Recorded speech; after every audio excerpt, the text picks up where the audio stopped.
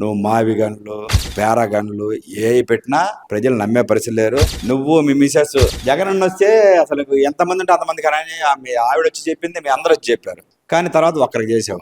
Amaravati bill pass అయిన దానికన్నా కూడా ఈ మావి గన్ మీద జనం ఎక్కువ, అంటే మంచేం కాదు, జోకర్గా చిత్రీకరించుకున్నారు. కాబట్టి జగన్మోహన్ రెడ్డితో ఈ రాష్ట్రానికి ఇంకా పని లేదండి.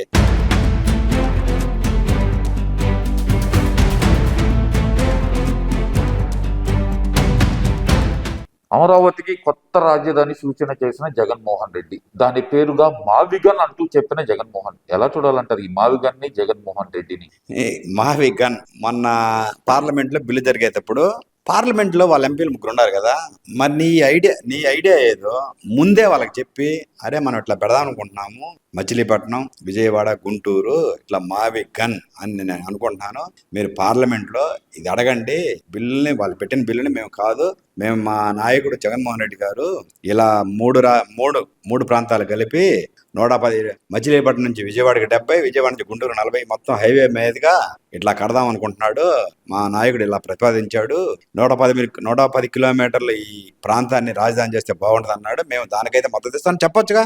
చెప్పకుండా ఈ బిల్లుకి మీద మేము వ్యతిరేకం, మేము అడావుడిగా దీన్ని పెట్టాల్సిన పనే ఉంది, అమరావతికి వ్యతిరేకం కాదు కానీ బిల్లుకి వ్యతిరేకం, అత్తలేదాడు అమరావతికి వ్యతిరేకం కాదంటానే బిల్లుకి వ్యతిరేకం అంట. అసలు వాళ్ళు చెప్పే లాజిక్ ఏందో అదేదో అది అడగనీయకుండా అక్కడ జరుగుతుంటే ఏప్రిల్ మన 1వ తారీఖున పార్లమెంట్లో ఇక్కడ ఏనేదో కొంపల మినిట్గా అడావుడిగా సొంత మీడియాని పిలిపించుకొని ఒక 4 ఛానళ్ళని పెట్టుకొని 2-3 గంటలు ఊకదంపుడు కార్యక్రమాలు. మచిలీపట్నంలో మా తీసుకోవాలంట, విజయవాడలో బి తీసుకోవాలంట, గుంటూరులో గన్ను తీసుకోవాలంట. ఆయన ఎప్పుడైతే అది పెట్టంగానే నెటిజన్లు ఊరుకుంటారా, ప్రేక్షకులు ఊరుకుంటారా? అయ్యా మా కాదు, ఇలా మాకు కూడా చాలా ఊర్లు ఉన్నాయి అని చెప్పి ట్రోల్స్ చేసి ఒక బఫూన్ కన్నా ఘోరంగా అతన్ని చిత్రీకరిస్తుంటే ఎంతైనా రాజకీయ నాయకుడు కదా. వాస్తవంగా ప్రతిపక్ష నేతగా ప్రజలు ఇవ్వలేదు, నీకు అర్హత లేదా, నీకు ఎమ్మెల్యేనే నీకు ఎక్కువ, మేమేదో 2019లో నీ మాయ మాటలని చెప్పుడు మాటలని ప్రజలు ఓటేశారు, మాకు బుద్ధి వచ్చిందని చెప్పి ప్రజలు ఎవరు చెంపలేసుకొని 2024లో 11 సీట్లకు నేను పరిమితం చేశారు. అయినా నీ బుద్ధి మారకుండా ఇంకా ప్రాంతాల మధ్య, ప్రజల మధ్య, కులాల మధ్య, మతాల మధ్య విద్వేషాలు రెచ్చగొట్టాలని నువ్వు మావి గన్లు, పేరా గన్లు ఏ పెట్టినా ప్రజలు నమ్మే పరిస్థితి లేరు. నిన్న చెబుతున్నాడంట సజ్జల రామకృష్ణ, బాస్ చెప్పాడు మీరు అదే చేయాల్సిందేనని. అంటే వీళ్ళు ఈ సొసైటీని విధ్వంసం చేయాలనుకుంటున్నారా? ఈ రాష్ట్రాన్ని ఆంధ్రప్రదేశ్ ఇప్పుడిప్పుడే బాగా కొద్దిగా ఇప్పుడు అడుగులు బాగా వేగంగా ముందుకు అభివృద్ధిలో పడతా ఉన్నాయి. దాన్ని ఏదో ఒకటి విధ్వంసం సృష్టించి ఈ రాష్ట్రానికి మెయిన్ లేదండి అతని కాన్సెప్ట్, ప్రజలు సంతృప్తిగా ఉండకూడదు, ప్రజలు ఎవడి పని వాడు చేసుకుంటుంటే ఇతని గురించి ఆలోచించాలంటే ఏదో ఒకటి మాట్లాడాలి, ఏదో ఒక విధ్వంసం సృష్టించాలి. ఈ విధ్వంసంలో ఏంటంటే పెట్టుబడిదారులు రానప్పుడు అభివృద్ధి జరగదు.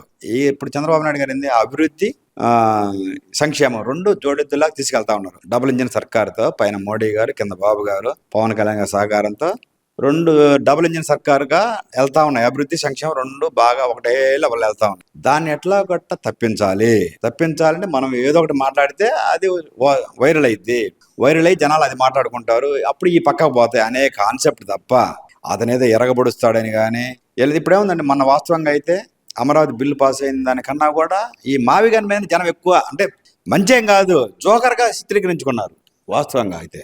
అంటే దానికి జగన్మోహన్ రెడ్డి గారు చెప్తుంది ఏంటంటే మావిగన్ గురించి జనాల్లో చర్చ ఎక్కువ జరుగుతుంది, ప్రజలందరూ మావిగన్ వైపే ఉన్నారు, అమరావతి అనేది ఒక వర్గానికి మాత్రమే అది రాజధాని, మావిగన్ అనేది అన్ని ప్రాంతాలకు రాజధాని అని చెప్పి ప్రజలు మాట్లాడుకుంటున్నారు అనే మాట అంటున్నాడు కదా. మరి అది ఆయన చూడాలా. అది జగన్మోహన్ రెడ్డి సెల్లు పెట్టి చూసుకుంటే దేని గురించి మావిగన్ గురించే మాట్లాడుకుంటున్నారు. తెలివిగా వేసాడు స్టెప్. ఏం మాట్లాడుకుంటున్నారు? అరే తిక్కలోడా, ఇప్పుడు మన వాళ్ళ సీమరాజాని వస్తాడు, ఇప్పుడు దెందులూరులో దెమ్, గుంటూరులో గు, తాడేపల్లిగూడెంలో తా తీసుకుంటే ఏమర్థం వస్తారా? ఇంకోటి పులివెందుల్లో పు, కడపలో కా తీసుకోండి. అయ్యి మాట్లాడుకుంటారు మాట. వాస్తవం అతను అక్కడ మాట్లాడుకునే విధానంలో సక్సెస్ అయ్యాడు. కానీ ఏ విధంగా ఎగతాళిగా ఒక జోకర్ లాగా ఇతని మైండ్ సెట్ ఇది. కాకపోతే అమరావతిని గురించి మాట్లాడుకోకుండా చేశాడు, అందులో సక్సెస్ అయ్యాడు. వాస్తవంగా అయితే ప్రతి ఒక్కరూ బిల్లు సక్సెస్ అయిన దానికి, బిల్లు పాస్ అయిన దానికి అమరావతి అజరామం దాని గురించి వెళ్ళాలి ప్రజల్లోకి. కానీ అలా వెళ్ళకుండా చేశాడు, దాంట్లో సక్సెస్ అయ్యాడు. ఇతను విధ్వంసంలో సక్సెస్ చేయడానికి ముందుంటాడండి. విధ్వంసాన్ని సృష్టించడానికి, చేయడానికి ముందుంటాడు. దాంట్లో మొన్న ఆ విషయంలో మావిగాని గురించి చర్చించుకోవడానికి మాత్రం సక్సెస్ అయ్యాడు. ఏ విధంగా అంటే ఒక జోకర్గా సక్సెస్ అయ్యాడు. అమరావతి గురించి జనంలో మాత్రం అంటే చదువుకున్న వాళ్ళు వాళ్ళందరూ ఇటు ఆలోచిస్తానే దీన్ని కూడా నెటిజన్లు కామెంట్ పెట్టారు. అమరావతి గురించి గొప్పగా చెప్తానే మావిగాని గురించి ఈడు జోకరు పరిస్థితి ఇట్లా ఉంటదని చెప్పుకోండి. జరిగిన మాట వాస్తవమే. మావిగాని గురించి జనాల చర్చ జరిగింది. ఏదో ఒక జోకర్ లాగా అమరావతి గురించి ఒక గ్రేట్ ఒక విజనరీ లీడర్ లాగా ఎలా చేయగలిగాడు ఈ పార్లమెంట్ లో గానీ, ఇప్పుడు రాజ్యసభలో గానీ, లోక్సభలో గానీ, రాష్ట్రపతి చేత గానీ చేపించగలిగినందుకు చంద్రబాబు నాయుడు గారికి, మోడీ గారికి ధన్యవాదాలు. ఏది నెటిజన్లు కానీ, సిటిజన్స్ కానీ, ఆ ప్రజలు కానీ అందరూ ధన్యవాదాలు చెప్పారు. ఇతన్ని మాత్రం జోకర్ గాని చిత్రీకరించారు. మీరు చట్టాలు ఎన్నైనా చేసుకోండి, నేను వస్తే మారుస్తాను, మీరు మార్చంగా లేనిది నేను మార్చలేనా, ఇది నా ఓపెన్ ఛాలెంజ్ అని చెప్పి ఛాలెంజ్ చేస్తున్నారు కదా. మరి అతను మాట మీద నిలబడే వ్యక్తి కాదండి. అప్పుడు 2014-15లో మన రాజధాని ప్రపోజల్ చేసినప్పుడు అమరావతికి 30,000 ఎకరాలు ఉండాలి, రాష్ట్రం మధ్యలో ఉండాలని చెప్పి సపోర్ట్ చేశాడు. అప్పుడంతా బాగానే ఉంది. 2015 తర్వాత అతను సపోర్ట్ చేస్తానే అతను అనుచరులు, అతను కింద ఉండే ఊరకొక్కల చేత కోర్టులో కేసులు ఎప్పియటం అన్ని చేశాడు, ఆపుకుంటా వచ్చాడు. కానీ ఆ కేసులు ఎట్లాగొట్ట ఎదుర్కొంటా బాబు గారు అసెంబ్లీ మామూలు తాత్కాలిక అసెంబ్లీ అప్పుడు తాత్కాలిక ఉన్నారండి. తాత్కాలిక అంటే మనం ఒక పెద్ద అపార్ట్మెంట్ కట్టేటప్పుడు ముందు గుడిసేసుకుంటాం వస్తువులు పెట్టుకోవడానికి. అంత పెద్ద అసెంబ్లీ మన ప్లాన్ ప్రకారం కట్టినప్పుడు చిన్నది ముందు జరగాలి కదా. జరగాలన్నప్పుడు బిల్డింగ్లు కట్టాడు. రేపు తాత్కాలికమేం కదా, ఈ వేరే వాటికి ఉపయోగించుకుంటాం. ఆ రోజు మేము చెప్పుకోవడంలో ఫెయిల్డ్ అయ్యాం. వాస్తవంగా అయితే మా గవర్నమెంట్ ఇప్పుడు మేము తాత్కాలికం అంటే బాబు గారు తాత్కాలికమైన బాబు ఇది వేరే వాటికి వాడుకుంటామని చెప్పే దాంట్లో మేము ప్రజల దగ్గరికి పోలేకపోయాం వాస్తవంగా. అది అతను క్యాచ్ చేసుకున్నాడు. తర్వాత 2019 వచ్చేలాక నేను ఇస్తాను మా నాన్నకన్నా చేస్తాను, పొడుస్తాను, చూడండి ఒకసారి చూడండి, జైలు సానుభూతి కానీ వాళ్ళ చెల్లెలు తిరిగిందని కానీ జనం ఏదో గుడ్డిగా నమ్మి వేశారు. 150 కేజీలు మంచి మెజార్టీ ఇచ్చారు. వాస్తవంగా అతను బాబు గారు పెట్టిన రాజధాని కంటిన్యూ చేసి, పోలవరాన్ని కంటిన్యూ చేసి, ప్రజల జోలికి పోకుండా చేస్తే ఎవడు ఇప్పుడు మనకు అభివృద్ధి చేసేవాడు కావాలండి. వినాశ్ గారు మనకు వద్దనే ఈ ప్రజలు ఓట్లేశారు. కానీ నువ్వు ఎక్కిన డే నుంచే కలెక్టర్ల మీటింగ్ పెట్టావు, ఎమ్మటే ఇవాళ ఈ బిల్డింగ్ క్లోజ్ అన్నాడు ప్రజావేదికని. దాన్ని అప్పుడు ఇతను ఎక్కిన లెగ్గంటే ఏమి ఎక్కాడో కరోనా వచ్చింది. కరోనాకి కొన్ని 100 బెడ్లు పడేదాన్ని ఉపయోగించుకోవచ్చు కదా. అంటే ఇది చంద్రబాబు నాయుడు కట్టింది. దీన్ని మనం దీంట్లో కూర్చోవడం ఏంది? పడగొట్టి ఎంత పైశాసిక ఆనందం పొందాడంటే కనీసం పడగొట్టి ఆ మెటీరియల్ అంతా ఉంచాడు. అంటే అతను సైకో మనస్తత్వానికి అది నిదర్శనం. కాబట్టి అలాంటి వ్యక్తులు ఈ రాష్ట్రానికి పనికిరారు, ఈ రాజకీయానికి పనికిరారు. కాబట్టి అతనికి జీవితంలో ఇంకా లేదండి, జీవితంలో లేదు. కాబట్టి అతను ఏమైనా అంటాడు, ఏమైనా రేపొద్దున ఒక్కొరికి నేను నెలకు 10,000 ఇస్తానని అంటాడు. 2029లో నేను 10,000 ఇస్తాను, 15,000. ఎందుకంటే ఇప్పుడు మేము 2019 మేము దిగబెట్టడానికి 3,000 ఇచ్చాం పెన్షన్. నేను రాగానే మేము 2,000 ఇచ్చాం, 3,000 అతను 3,000 ఇస్తా అన్నాడు. 3,000 అంటే 2019 రాగానే అందరు అడగంగానే నేను 3,000 పెంచుకుంటూ పోతానన్నాడు. కానీ ఒకసారి ఇస్తానల్లా.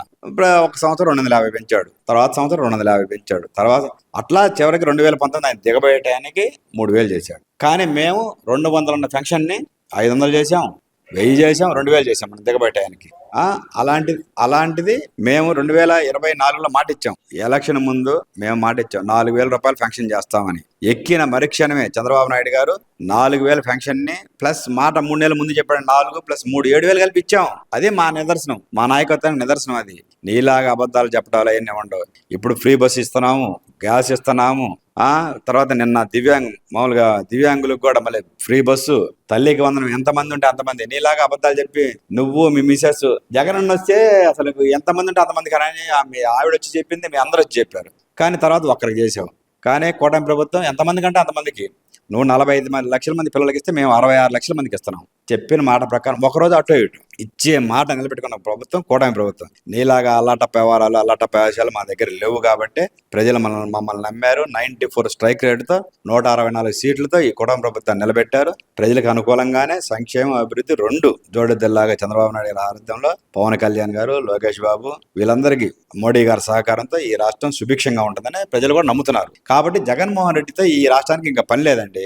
అతను వెళ్ళి బెంగళూరులోనే ఆడచోట వ్యాపారాలు చేసుకోలేదు. బయట ఉంటే జైలు బయట ఉంటే వాస్తవంగా అయితే జైలు వేస్తే అతను జీవితకాలం జైలు సరిపోద్ది. బయట ఉంటే ఆయన బెంగళూరు వెళ్ళి అలంకలో ఏడ కూర్చొని ఆయన వ్యాపారం చేసుకుంటూ ఉంటే ఈ రాష్ట్ర ప్రజలు కూడా సుభిక్షంగా ఉంటారు. ఈ వీడియో నచ్చితే లైక్ చేయండి. అలాగే మా ఛానల్ ని ఫస్ట్ టైం కనుక చూస్తున్నట్టయితే ఇప్పుడే సబ్స్క్రైబ్ చేసుకుని పక్కనే ఉన్న గంట సింబల్ ని యాక్టివేట్ చేసుకోండి. అప్పుడే మేము పెట్టే ప్రతి వీడియో మీకు నోటిఫికేషన్ గా వస్తుంది. అలాగే ఈ వీడియో పూర్తిగా చూసినందుకు ధన్యవాదాలు.